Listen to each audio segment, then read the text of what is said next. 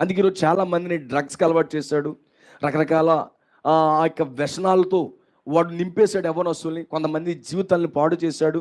కానీ దేవుడు అనుకున్నది ఏంటంటే ఆయన చేతిలోకి తీసుకుని ఒక గొప్ప శక్తి కలిగిన యవనస్తులుగా, దుష్టుని జయించేవారుగా దేవుడు అభిషేకించాలని ఆయన కోరుతా ఉన్నాడు.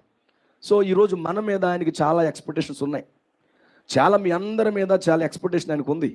సో ఖచ్చితంగా మీరు దేవుడు ఏదైతే ఎదురు చూస్తున్నాడో దాని స్థానంలో నిలబడి దుష్టుని జయించవలసి వారుగా ఉన్నారు.